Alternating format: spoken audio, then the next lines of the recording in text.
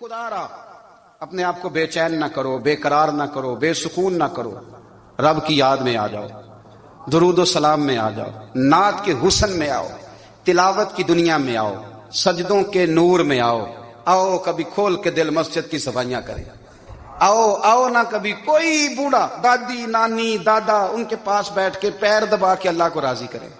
یہ کیف والی جگہ ہیں، یہ سرور والی جگہ۔ اتنی بے چین ہماری زندگی ہے، بے قرار ہے، تڑپتے ہوئے لوگ، لڑتے ہوئے لوگ، ایسے لگتا ہے ابھی ایک دوسرے کا گریبان تھام لیں گے، بے قرار بے چین۔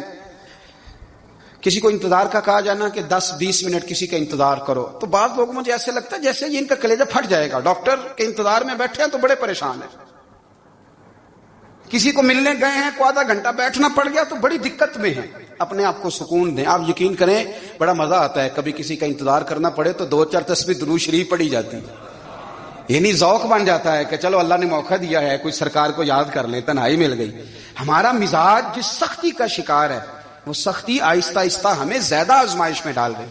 تو میرے بھائی زندگی میں اطمینان حسن ہے، اور وہ سب سے زیادہ اللہ کی یاد میں ملتا ہے، وہ سب سے زیادہ رب کریم کے ذکر میں۔ سب سے زیادہ جو چاہتا ہے نا دل ٹھنڈا رہے، زبان میٹھی رہے، وہ مدینے والے محبوب پہ درود و سلام پڑھا کرے، وہ حضور پہ درود و سلام پڑھا کرے، زبان میٹھی رہے گی۔ میرا ذاتی تجربہ ہے کہ جو آدمی اپنے اخلاق سنوارنا چاہے وہ حضور پہ درود شریف پڑھے، جو اپنے اخلاق سنوارنا چاہے، طبیعت کو ٹھنڈا رکھنا چاہے، وہ درود شریف پڑھے، اس کا دل سکون میں آئے گا۔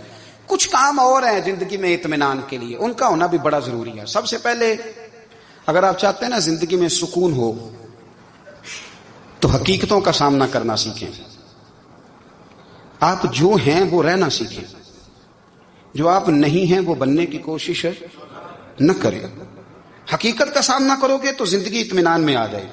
ہم نے نا بہانے بنا لیے ہیں، ہیلے بنا لیے، جھوٹ کے سہارے اپنے آپ کو اونچا کر لیا ہے۔ ایک آدمی سے کہا جاتا ہے تو رشوت نہ لے، تو کہتا ہے میں غریبوں سے نہیں لیتا۔ تو میرا سوال یہ ہے کہ امیروں کا حساب لینے کی اللہ نے تیری ڈیوٹی لگائی ہے، تیرے ذمہ لگایا ہے کہ تو امیروں کا حساب کر، تمہیں کیا ضرورت پڑی ہے؟ ہم نا بہانہ کرتے ہیں، رشوت لینے والے کا الگ بہانہ ہے اور سفارش والے کا الگ بہانہ ہے۔ حقیقت کا سامنا کریں، حقیقت کا۔ جو میرے ذمہ داریاں ہیں وہ میں نے پوری کرنی، جو آپ کی ذمہ داریاں ہیں وہ آپ جان نہ چھڑائیں، حقیقت پسند بنے۔ میرے رسول کریم پھر پڑھیے درود شریف صلی اللہ تعالی علیہ وسلم۔ حضور صلی اللہ علیہ وسلم نے فرمایا کہ میری بیٹی سیدہ فاطمہ الزہرا رضی اللہ تعالی عنہا صرف جنتی نہیں، جنتی عورتوں کی سردار ہے۔ لیکن حضور نے یہ بھی فرمایا کہ فاطمہ یہ خیال رکھنا اگر اللہ نے حساب پوچھا تو حساب تم نے خود دینا ہے۔ حقیقت کی طرف توجہ کرائی حضور نے، وہ صرف جنتی نہیں، جنتی عورتوں کی سردار ہیں، پر حقیقت کی جانب توجہ۔ میں حقیقت یہ ہے کہ اگر مالک نے حساب پوچھا تو اس کی تیاری بھی کرنی ہے۔ دیکھیں نا ہمیں کچھ یقین نہیں، اللہ معاف کرے کہ ہمارا حساب کیسا ہوگا، لیکن کتنے آزاد ہیں۔ یعنی بڑی دلیری سے بندے کہتے ہیں فجر نہیں پڑھتا جی، 3 پڑھتا ہوں جی، شاہ رہ جاتی ہے جی، کپڑے صاف، بڑی دلیری سے۔ اور سیدہ فاطمہ الزہرا نے ساری رات مصلی باندھ رکھا ہے، حالانکہ انہیں یقین تھا کہ رب مجھے بغیر حساب کتاب جنت دے گا۔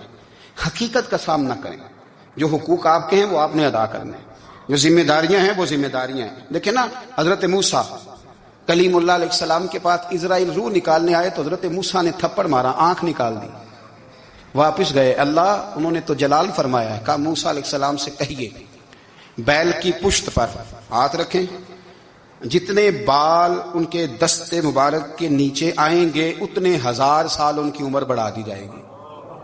یعنی میرے کان میں کوئی بتا دے کہ جناب 60 سال بڑھ گئی، یا آپ کے کان میں کوئی کہہ دے تو خوشی ہوتی ہے کہ نہیں؟ لیکن یہ حقیقت پسندی نہیں، اس لیے کہ 60 بھی گزر جائیں گے، 70 بھی، یہ حقیقت نہیں۔ حضرت موسیٰ کلیم، چلے میں مثال دیتا ہوں، سمجھ لے 10 بال، حالانکہ بہت زیادہ آتے ہوں گے، 10 بال اگر حضرت موسیٰ کے ہاتھ کے نیچے آئے تو 10,000 سال تو عمر بڑھ گئی نا۔ 10 یعنی 10 سال نہیں، 10 100 نہیں، 10 بہت زیادہ تھی نا۔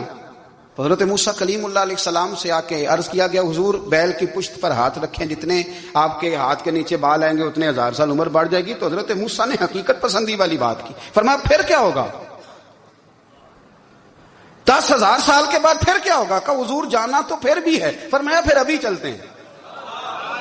اگر جانا ہے نا، جانا ہے تو پھر اگر جانا ہے تو پھر ابھی، اور سجنوں اگر نماز پڑھنی ہے تو ابھی کیوں نہیں؟ اگر داڑھی رکھنی ہے تو پھر رمضان کا انتظار کیوں کریں؟ ابھی کیوں نہیں؟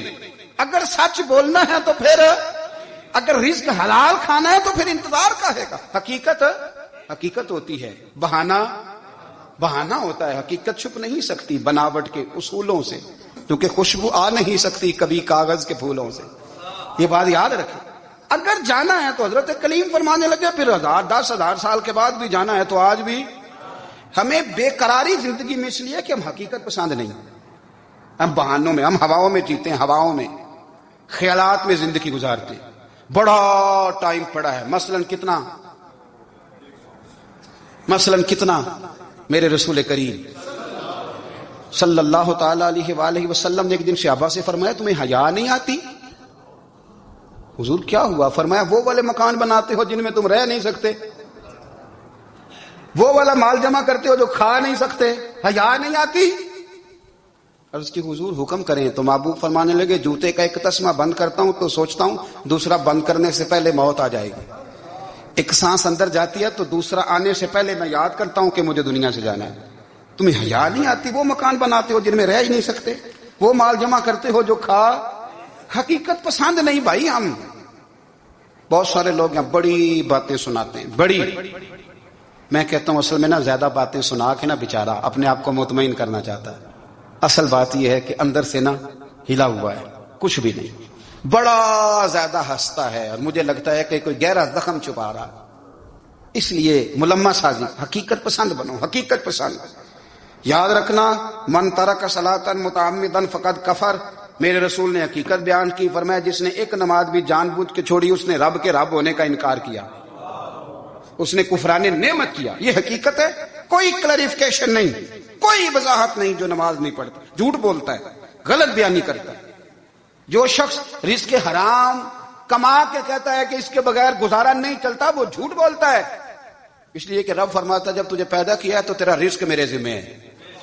اللہ فرماتا ہے کہ لا یکلف اللہ نفسا الا وسعها، میں کسی پر وہ بوجھ نہیں ڈالتا جو اٹھا نہ سکے۔ نماز فرض کیا اس کا مطلب ہے ہم پڑھنے کے قابل ہیں، اس نے ہمارے ذمہ داریاں لگائی ہیں تو مطلب یہ ہے کہ ہم ذمہ داریاں ادا کرنے کے قابل ہیں، ورنہ وہ کہتا ہے میں وہ بوجھ ڈالتا ہی نہیں جو تجھ سے اٹھایا نہ جائے۔ اگر چاہتے ہو کہ زندگی میں اطمینان ملے تو خدا را حقیقت پسند والی زندگی گزارو۔ یہ فضاؤں میں زندہ رہنا، ہواؤں میں، اللہ بڑا معاف کرنے والا ہے، اللہ بڑا کریم ہے، معاف کر دے گا، تو بھئی یہ بات صحابہ کو بھی پتا تھی، یہ اہل بیت کو بھی خبر تھی، تو وہ تو ایک ایک بات کا لحاظ کرتے تھے۔ یہ غوث اعظم کو بھی پتا تھی، یہ ان کے والد کو بھی پتا تھی، جنہوں نے کسی کا ایک سیب کھا لیا تھا تو 12 سال اس کے گھر میں نوکری کرتے رہے، انہیں نہیں پتا تھا اللہ بڑا کریم ہے، معاف کر دے گا، ایک سیب ہی ہے نا۔ تو حقیقت پسندی آپ کو سکون دے گی، اور اگر آپ نے اپنے آپ کو غیر مطمئن کیا ہوا ہے، بات کچھ اور ہے، اور آپ نے اپنے آپ کو ڈال کسی اور طرف لیا ہے، تو پھر آپ کو سکون مل سکتا؟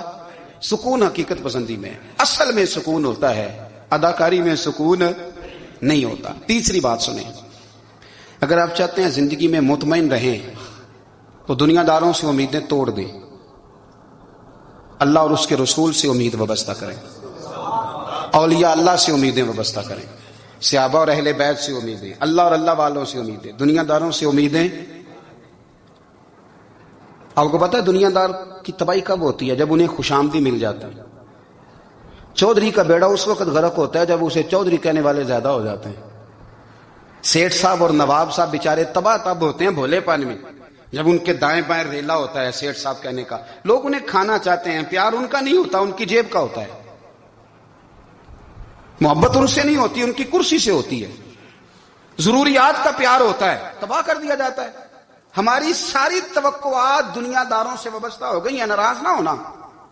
پیروں نے، مولویوں نے، درویشوں نے، انہوں نے بھی سیٹ رکھے ہوئے جلسوں کی صدارت کرانے کے لیے، یعنی مذہبی جلسہ ہے، اس میں بہت زبردست پڑھے لکھے صاحب تقوی عالم کا خطاب ہے، اور کی صدارت وہ بندہ کر رہا ہے جس نے عشاء کی نماز بھی نہیں پڑھی، وہ بندہ صدارت کر رہا ہے، کیوں؟ اس لیے کہ اس نے ₹1,00,000 دیا محفل میں۔ خدا را دنیا داروں سے امیدیں چھوڑ دیں ورنہ آپ کمزور پڑ جائیں گے، آپ کی امیدیں ٹوٹیں گی۔ کتنا کمزور ہے وہ شخص جو 2-4 ہزار کے لیے کسی بندے کی چاپلوسی کرتا ہے، اس کے پیچھے بھاگتا ہے، خوش آمدیں کرتا ہے، تھوڑے سے نوٹوں کے لیے۔